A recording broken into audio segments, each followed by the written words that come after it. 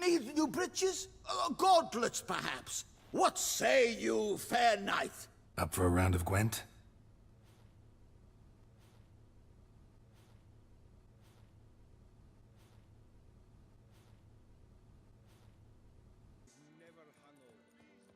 Over the last week or so, I've really gotten into Gwent. This started when I picked up The Witcher 3 to make my way through the expansions, which had been sitting on my shelf for some time. As an aside, those are really good, and if you like the main game, you should check them out. But back to Gwent. It's something that I thought was really neat when I first played The Witcher 3, but it seemed oddly designed. Not quite as polished as Magic the Gathering or Hearthstone. Certainly less complex, and with less synergies and strategies. It felt like something someone created in their front room, rather than the branded TM card game. Then I realized that's kind of Gwent's charm. It had rough edges and not too many variations. Its power was in the cat and mouse game of choosing when to pass a turn, not elaborate card synergies. It feels like something a couple of scholars might have made up in a pub down in Novigrad. So, you know, that makes sense for The Witcher 3.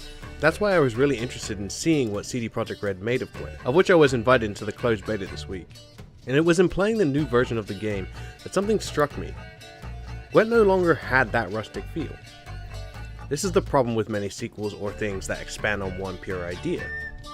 In many cases, something might be better, but losing its rough edges to become syndicated into something serviceable by a company means that some of that charm just gets lost. Now, this isn't to say Gwent is bad. It seems great, in fact. It became pretty clear that a standalone version of Gwent was going to be coming almost as soon as The Witcher 3 landed, and it was even clearer still that Gwent as a standalone title couldn't just be what Gwent is in Witcher 3. It needed to become a platform that would bring people back for years, with room for expansions and new metas and an ever-changing landscape. That's how games like Hearthstone and Magic the Gathering endure. The edges need to be sanded off and replaced from time to time. That way people keep coming back. Still, there's something a little sad about the game losing its simple wooden board layout for a busy, animated, colorful one.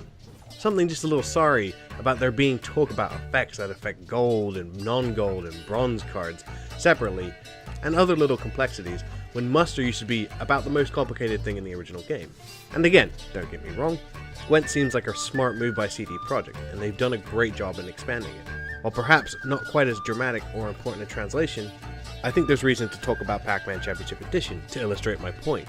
I think Pac-Man Championship Edition is a really smart game that builds on what Pac-Man is. It twists and turns into some beautiful ideas and added complexities.